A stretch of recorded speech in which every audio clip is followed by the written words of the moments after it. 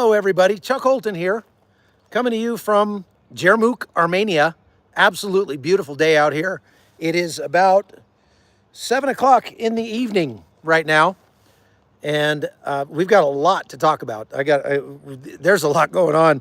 The United States is beginning military evacuations of families from bases across the Middle East.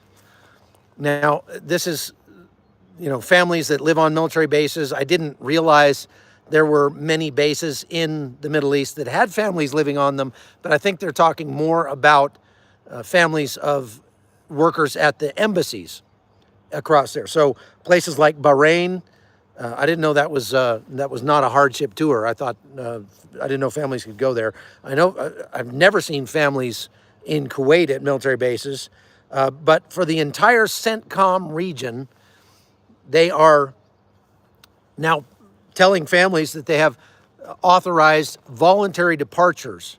So they will pay for plane tickets or they will transport people out. The embassy in Baghdad, Iraq, is preparing for a partial evacuation. The Pentagon says they're on standby to assist. And typically, these evacuations are a last resort. This is a major red flag, folks, for potential conflict coming very soon with Iran across the Middle East.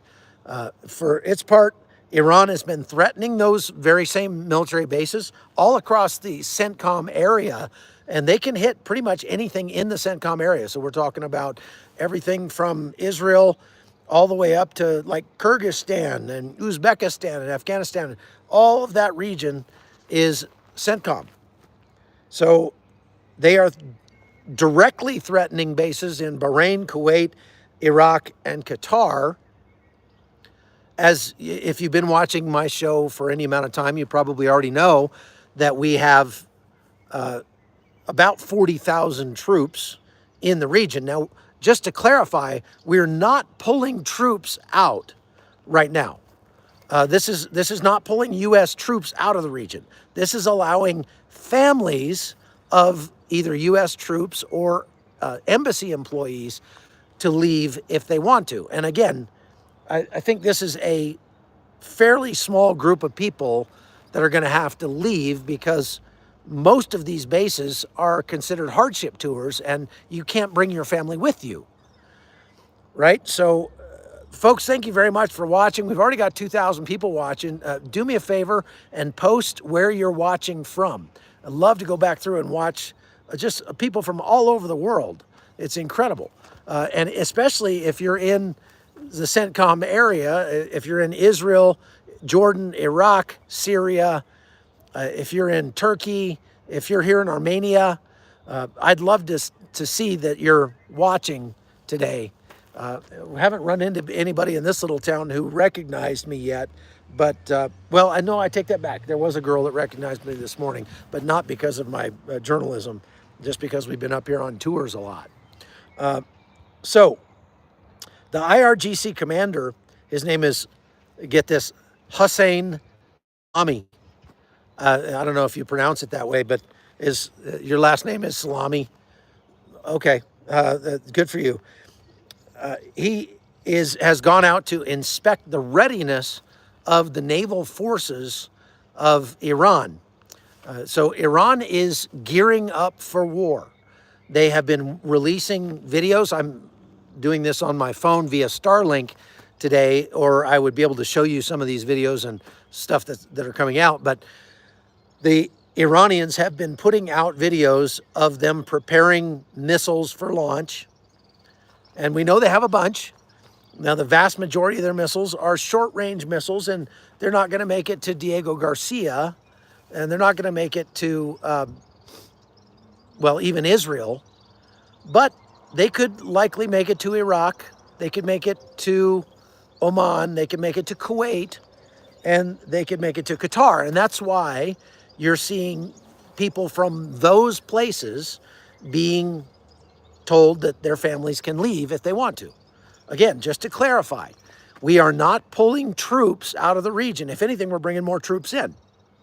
But we are seeing last minute preparations by the U.S. military, by the U.S. State Department, and also by the Iranians in order to, because everybody assumes that we will shortly be at fisticuffs with Iran.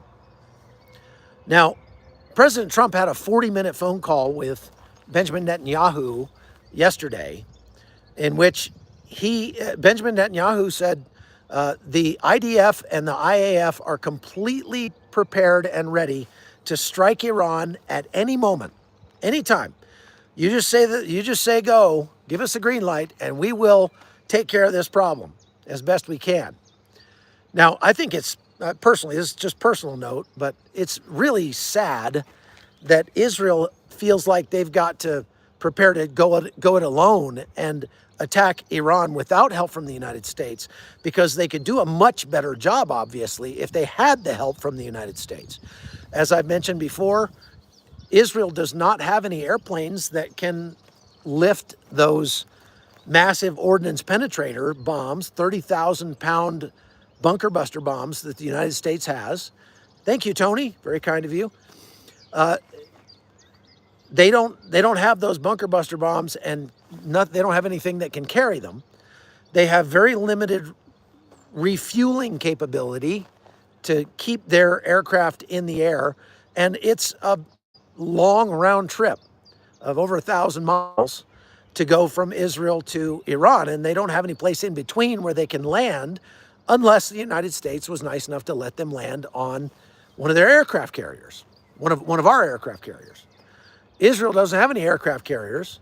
They do have ships that are down in the Bab el-Mandab Straits right now, because they've been, those Israeli ships just a few days ago were striking at Yemen. They blew up the port again, and they blew up the airport again, and they're blowing up everything again in Yemen.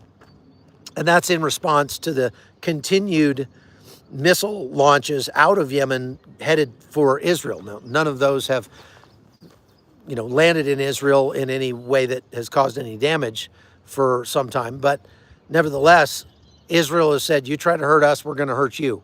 And so they are, they have ships down there that are striking in Yemen. But those ships won't be any help, really, in the war with Iran, because that's going to be a war from the sky. Israel has got bombers, obviously, that can go drop bombs on Iran, but not big enough bombs to really do a lot of damage to the most important, sensitive nuclear sites that need to be destroyed. The United States would be much better at that, because we have the B-52s and B-2 bombers that can carry those massive ordnance penetrators. But right now, at least according to the phone call that President Trump had with Netanyahu yesterday, President Trump still does not act like he's convinced that military force is a necessity. What President Netanyahu, or I'm sorry, Prime Minister Netanyahu said to President Trump was that, look, the Iranians are experts at kicking the can down the road, at stalling for time. And that's what they're doing right now. We're on the sixth set of peace talks already between Iran and the United States. And we've gotten exactly nowhere in 6 rounds of talks. The United States is still holding to its demands that Iran give up its ability to enrich uranium and give up its enriched uranium. And Iran is still clinging to its standards, or its goal of not giving that stuff up. So Iran is saying, no, we're not going to even consider any plan, any peace deal that requires us to give up our ability to enrich uranium. They've put billions and tens of billions of dollars into their enrichment capabilities. One of the things that an IRGC official said the other day is that they have some 6th generation centrifuges that they have built in Iran, and they're going to replace a bunch of first-generation centrifuges that are at the Fodor's nuclear site, which is one of their main underground nuclear facilities. And that will enable them to enrich uranium much faster. It will take it from months to days to get uranium from 60% to 90% where it's weapons grade.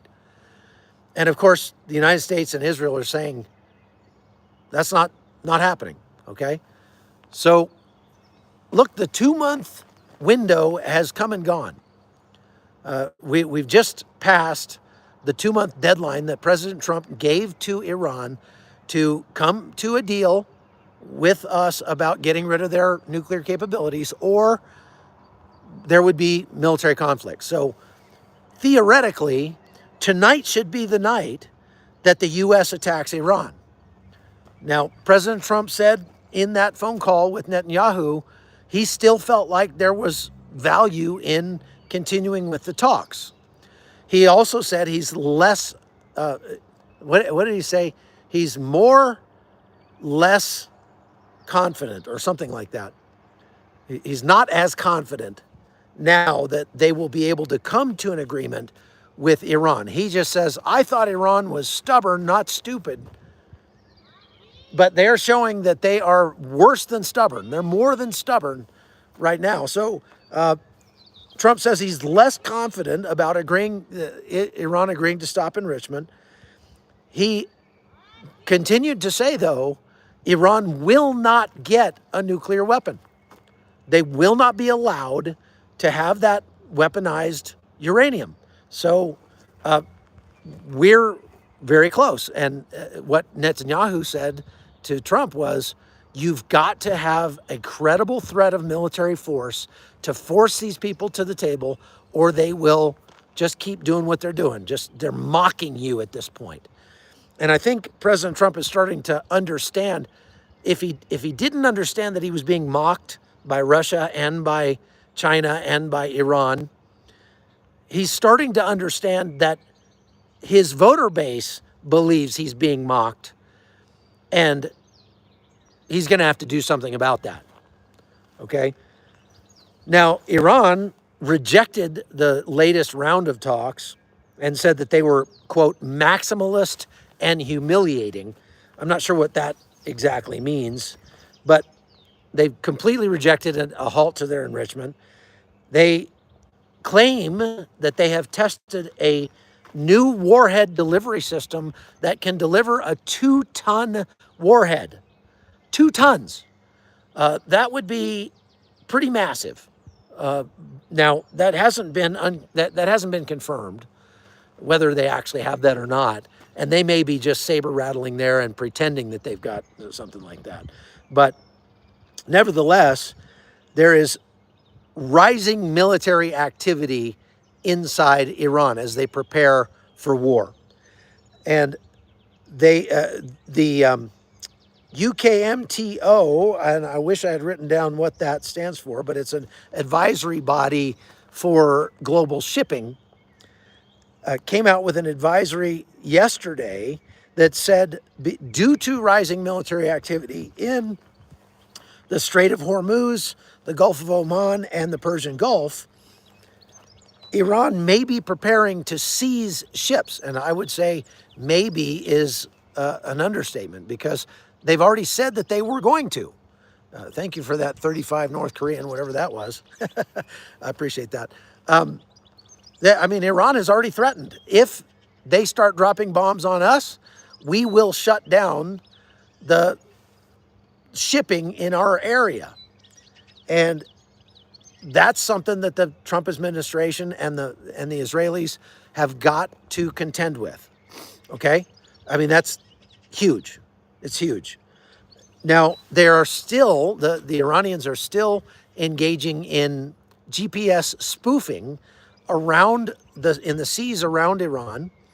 What they're doing is they're trying to confuse a commercial ship and get it to veer off course into Iranian territorial waters so that they can capture that ship and hold it for ransom. They basically use it as a bargaining chip, right? Now, there are several things that have happened that show that the United States is taking this very, very seriously. And first of all, you may have read that the Pentagon has started diverting missile technology that was supposed to go to Ukraine and sending it to our troops in the Middle East. This technology is part of the air defense system that Ukraine uses to shoot down the hundreds and hundreds of Russian drones that get fired at them every day. And so obviously Ukraine needs those, but Pete Hegseth said, well, U.S. troops need them more at the moment, and so we're going to send them to the Middle East. Again, we have 40,000 troops arrayed around Iran within striking distance of their missiles.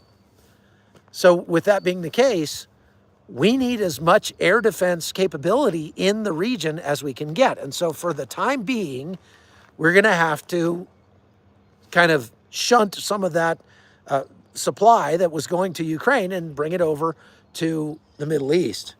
Obviously, that's not good for Ukraine. It doesn't make Ukraine real happy, but it's American technology. It's American equipment. We need it.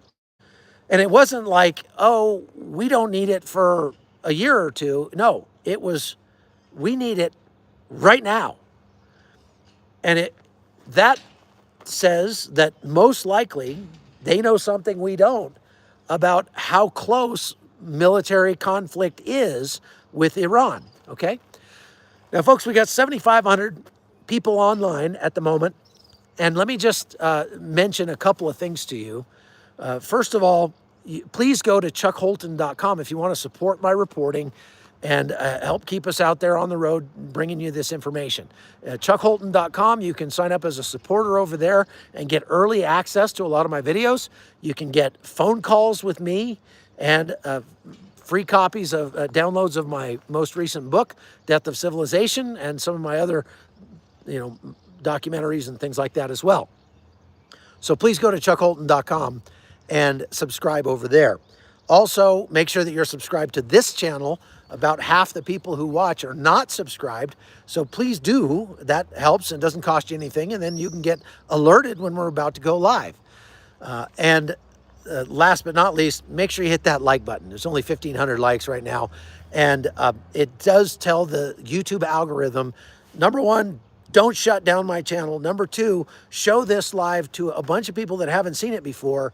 And so it helps the channel to grow, and it doesn't cost you anything to do that. So while you're listening to me, please remember to hit that little thumbs up button and like it. It does help a lot. It really does. Thank you so much for all of your great comments. I'm watching them fly by here.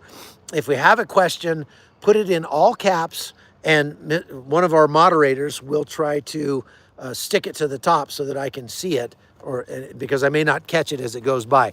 I will try to answer whatever questions you have, but there's so many comments right now with this many people online, it's going to be kind of difficult to see them. And okay, how is munitions after Ukraine? Sorry, I don't know what that question was. I don't understand that. Okay, now, is Israel going to attack Iran? Danielle. Good question, Danielle. That was next on my list. The answer to that is only if Donald Trump says they can, most likely. It is right now highly unlikely that Israel would unilaterally attack Iran because they really need our help to do it. And they say that they are completely ready and they could strike any moment. All they needed, they're just waiting for the word. But so far, President Trump has not said, he still says he thinks that it would be better to try talking rather than shooting. So we'll see how long that lasts. Again, the 2-month deadline has come and gone. So if Trump wants to be true to his word, if he wants to be seen as a man to be reckoned with, then we kind of need to strike Iran. And the thing that makes me a little worried is that Trump might say to Israel, okay, if you guys want to strike them, go ahead. And then the United States doesn't get involved at all. look, if the United States is the one threatening military strikes against Iran, then we should be happy to accept help making those strikes from Israel, but we should not expect Israel to do it for us.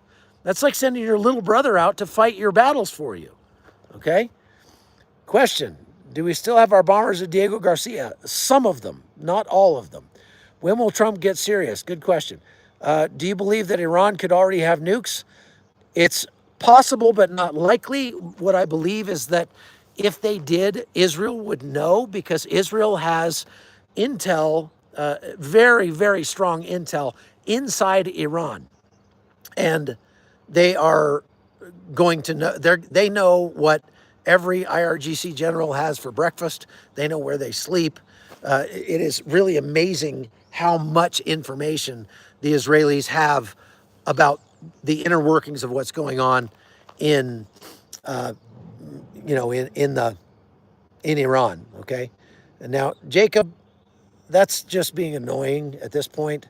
So I'm going to remove your look. Yeah, I hope people will seek Jesus, but it's becoming kind of a pet peeve of mine when people come to my channel and try to preach on my channel. This is not a place for you to preach. This is a place for me to preach. Okay.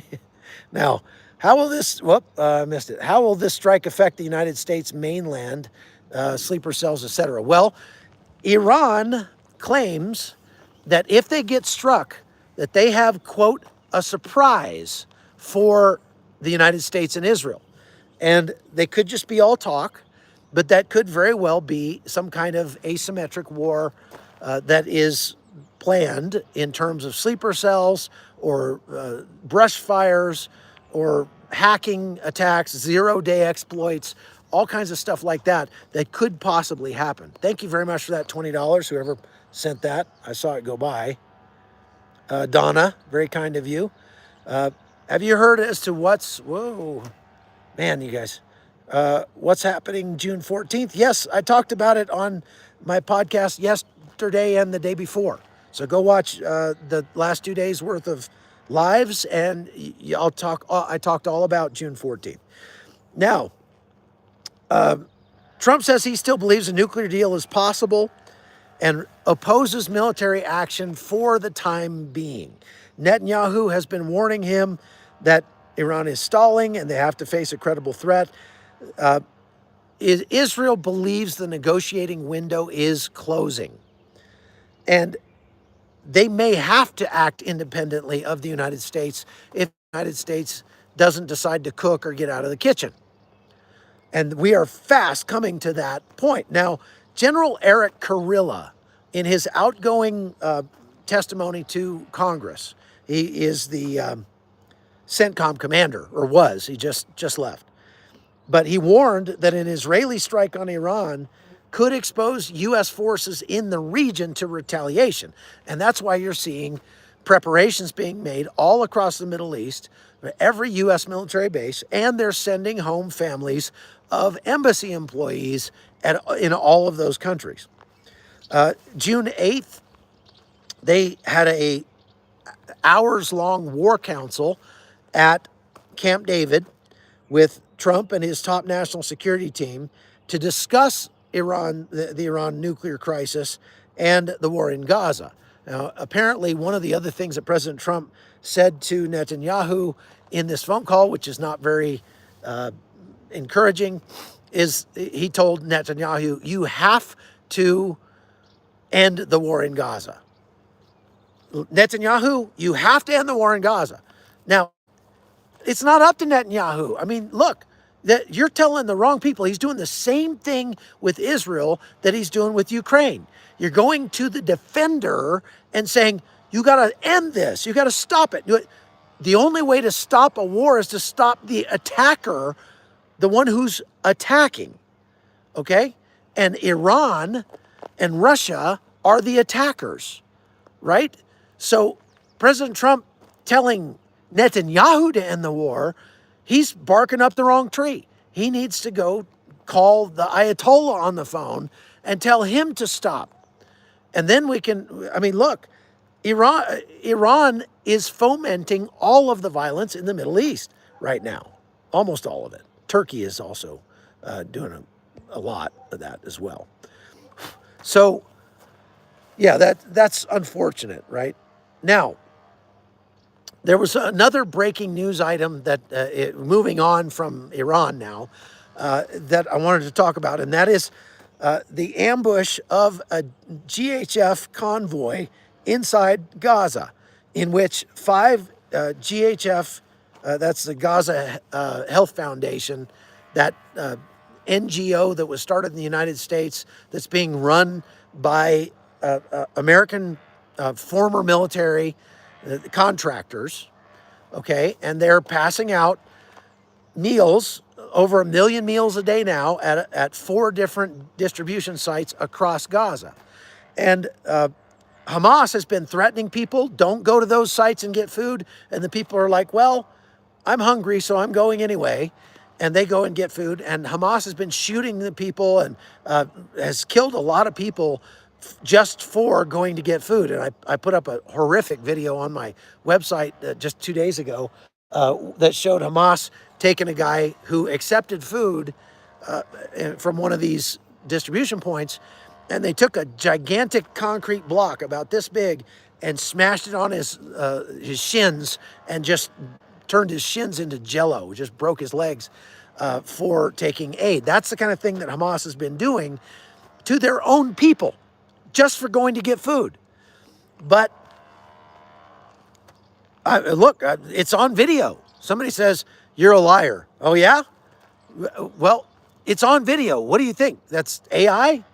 I mean, no. I'm telling you exactly what is happening. Now, Hamas, last night, about 10 p.m. local time, ambushed a convoy of GHF, thank you, KP1, and killed 5 of those aid workers, 5 humanitarians. GHF is still trying to figure out, or at least they haven't announced yet, whether or not, but they think some of their staffers may have been taken hostage as well.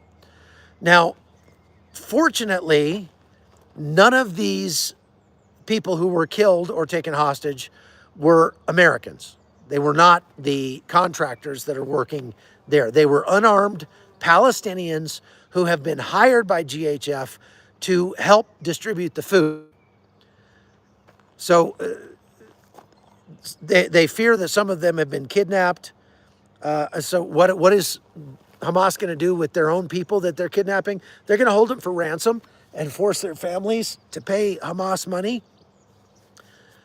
Look, there was a report that came out yesterday that talked about the different ways that Hamas has been stealing aid and making money in order to help sustain their operations.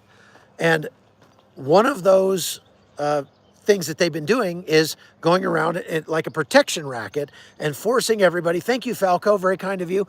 They've been forcing everybody, all the shopkeepers, all the merchants, everybody that's selling anything, to pay protection money to Hamas to keep from getting robbed by Hamas. If they won't pay protection money, then Hamas robs them, takes their stuff, and then sells it to the people at inflated prices. And that's how Hamas is making money right now. So there have been dozens killed in recent weeks while trying to reach these food distribution points. Today, there's a new development. Israel has now reopened the northern Gaza crossing. That's called the Erez crossing. They let 56 truckloads from the World Food Program enter at the Erez or Zikim crossing, whatever you want to call it. And that's the first time since the ceasefire that they have allowed the aid trucks other than the ones that they're allowing in down at Kerem Shalom in the southern part of Gaza, that are going to the GHF distribution sites. And they have been allowing some other truckloads from the UN World Food Program and stuff like that in at Kerem Shalom as well. So they're not only allowing aid in, and the thing is, they're allowing plenty of aid in to feed everybody in Gaza. If Hamas would allow it to be distributed, there wouldn't be any hungry people in Gaza.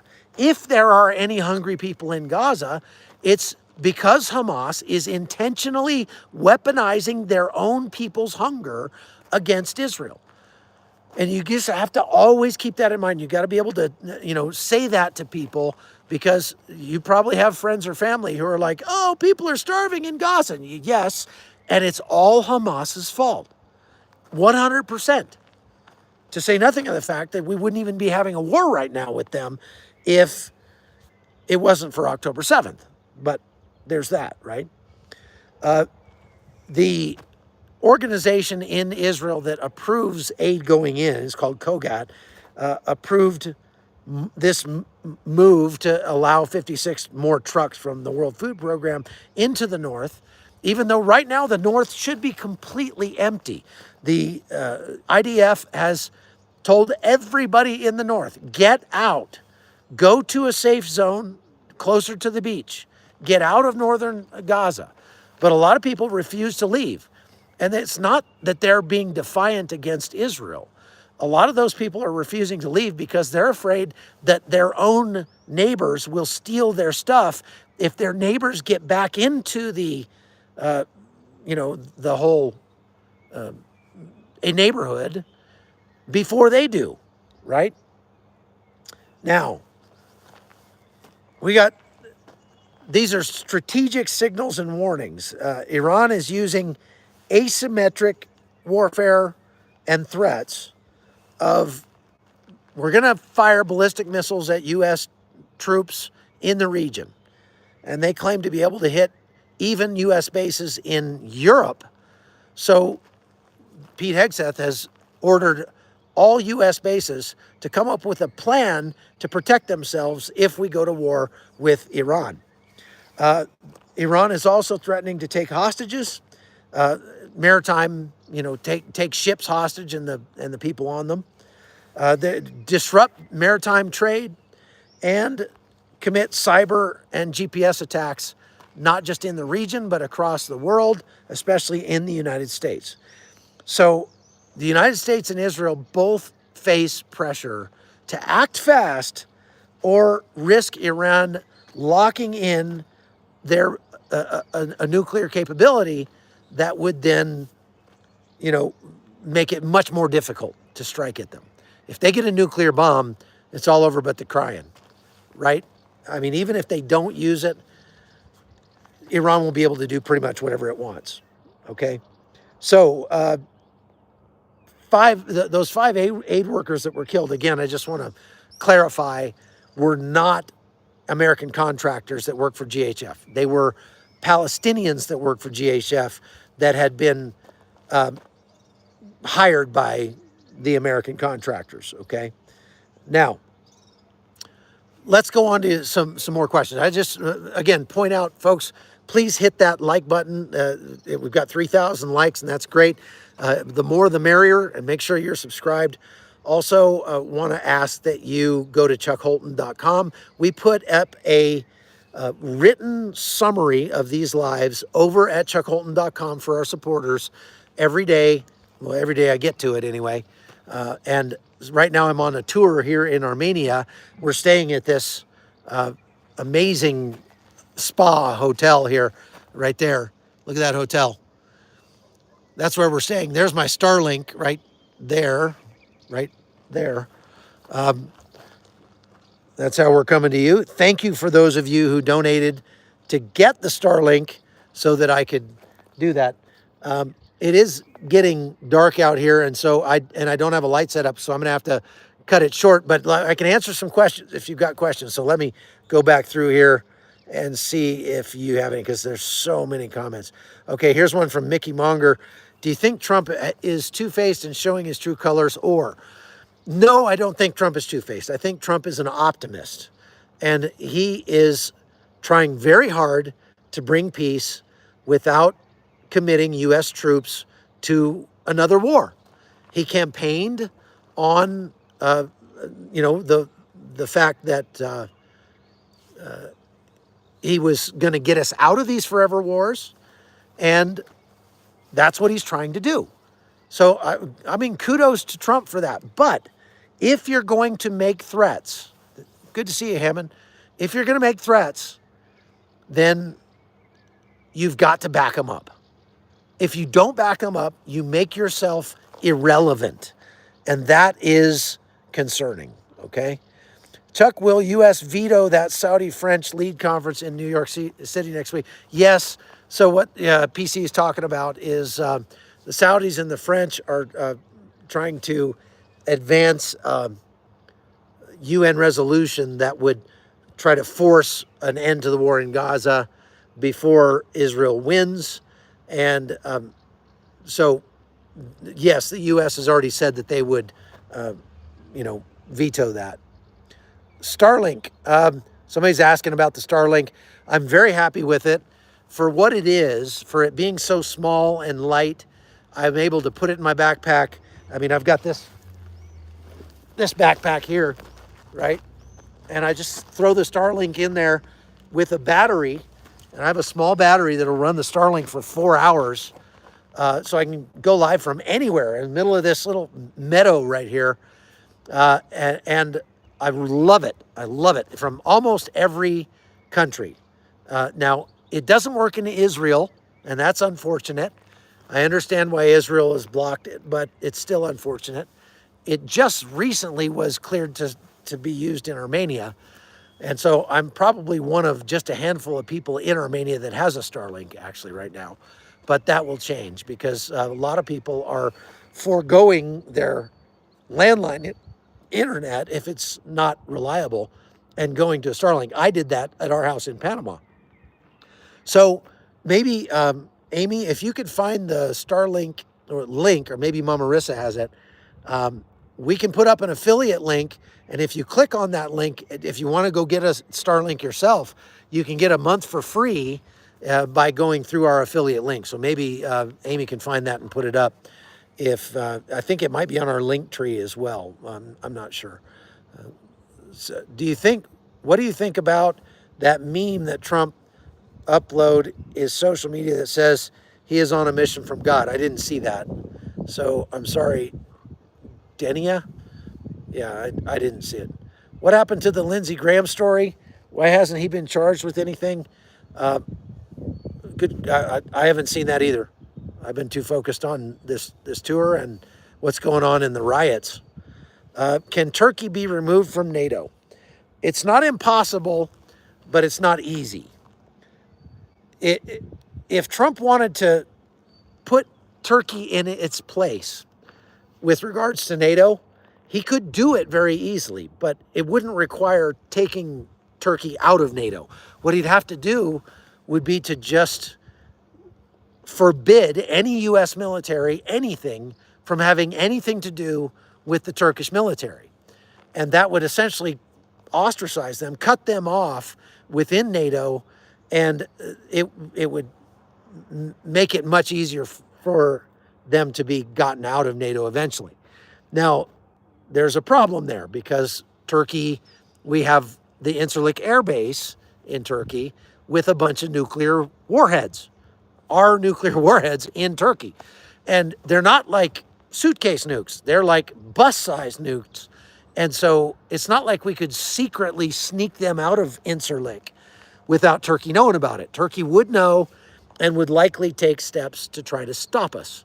And it's almost it is not almost, it is a liability for the United States to have our nukes in Turkey right now. Thank you. Is that Michelle? No, I can't read your username, but thank you for that $4.99. I appreciate that. Do you think weapons will be implemented by the people at any point during the standoff? I think you're talking about the June 14th riots. Well, I talked about this yesterday, but definitely there is a point where vigilante justice starts to happen. And let's hope we don't reach that point. Steve says, question, does your mobile Starlink antenna have to be outside to work? Yes, it has to have a clear view of the sky in order to work. And that's why I'm standing out in this field and I'm not doing it in some place that's nicer than this, because I have to get a clear view of the northern sky for the Starlink to work. But that said, I am very happy to it. What happened to your friend from England who had been stabbed in the neck and then she disappeared? She's okay. That's all I'll say about what she's doing right now. She's okay. Do you agree with my map quiz app that Georgia is in Europe, but Armenia is not? I've always been taught that Europe ends at in Istanbul at the divide where the what's that? I forget that strait right there. But suffice it to say that Europe ends at Turkey. Now, a lot of Armenians like to claim that they're part of Europe. And they say that because they want to be part of Europe. They would much rather be part of Europe than be part of Russia. I mean, everybody would rather be part of Europe than part of Russia. But the truth is, Armenia is in Asia, really. This is the Caucasus, and Georgia too, probably. Bosphorus, yeah, thank you, the Bosphorus Straits. I forgot the name of that, the Bosphorus Straits. Okay, so looking for more questions. Did someone just get booted for talking about Jesus? No, someone got booted for being annoying talking about Jesus. Look, I'm fine if you say, put a comment up that, hey, Jesus is coming, you need to repent. Fine. But if you say, Jesus is coming, you need to repent 15 times and keep posting it, you're just annoying the heck out of people. And look, I want people to go to heaven. And I learned a long time ago that you don't get people to heaven by annoying the hell out of them. You get the people to heaven by loving the hell out of them. And so let's try doing that. And spamming the thing, even with scripture or even with repent, is still spamming. So don't do it. It's just not classy, okay?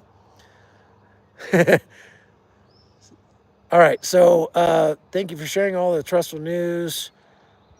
Okay, if you're not asking a question, please don't put it in all caps, because then I think you're asking a question. Israel summit shut down in Texas, thoughts? I did a whole live about that. You can go watch it. Just go back a couple days here on the channel. The balloon is about to go up, it would seem. Yes, it's very likely. Do you know if the Rangers and some of the 101st have recently deployed to the Middle East?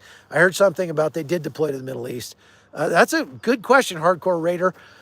Actually, the Rangers are already here. They've been here for a long time. They're in Syria, and they do rolling deployments to Syria. There are always a company of Rangers in Syria.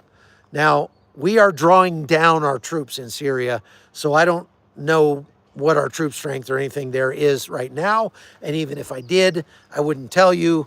That's stuff that, bad people don't need to know. But it is common knowledge that there are Rangers in Syria, and they've been there for a long time. Okay? So, let's see here. Do you think there are covert ops taking place to head some of these threats off? Yes, there are. As a matter of fact, man, I'm getting eaten up by bugs out here. As a matter of fact, there were two operations that happened, two unfortunate accidents that happened inside Iran over the last 2 days. One of them was a ship that blew up, and one of them was some sort of, I think, storage facility or something like that. And in the one where the ship blew up, 3 people were killed. Now, it was like a methane ship or something like that. But you've seen a whole spate of these things, just unfortunate accidents happening across Iran over the past month or so. There was the port in Bandar Abbas that blew up. There was a motorcycle factory that was just happened to be making motors that were the exact same motors that are being found in Shahed drones, but they called it a motorcycle factory. That thing had a sudden, unexpected, rapid disassembly. Nobody knows what happened there. So there have been probably about 8 events like that in Iran over the past month. And I would say it's a very likely thing that these things are the result of Mossad operations inside Iran. The Mossad has been preparing for war with Iran for many years. And in so doing, they have been setting up little operations, just like Operation Grim Beeper. They've been setting up operations like that inside Iran too, without a doubt, no question that they have done that. And so if there is a war, it's going to be ugly, but it's not going to be conventional. I promise you that. On either side, there's going to be a lot of bombing of sites in Iran. I doubt there's going to be much in the way of troops on the ground in Iran, because Iran has 500,000 soldiers, and those 500,000 soldiers are going to be nothing but targets as long as it stays an air war. But if it goes kinetic in any way, an air war or not, the Iranians and the Israelis will be engaging in asymmetric war to the max, and they will be pulling out all the stops, because this is do or die for Iran.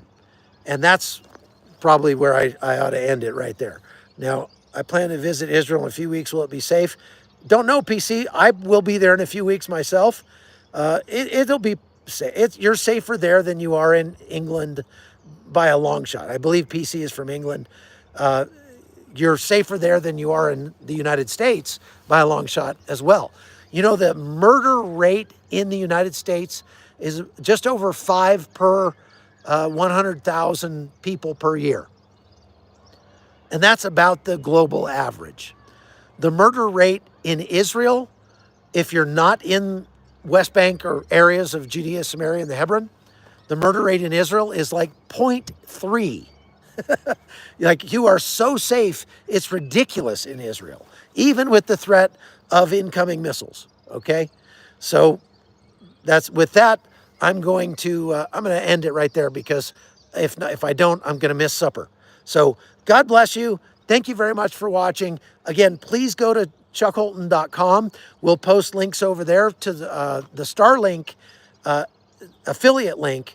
We'll post that on chuckholton.com here in a little bit. And that way, if you want to sign up for Starlink, go to chuckholton.com, click on that link. You'll get a free month of Starlink on me. All right? So God bless you. We'll see you again next time. Take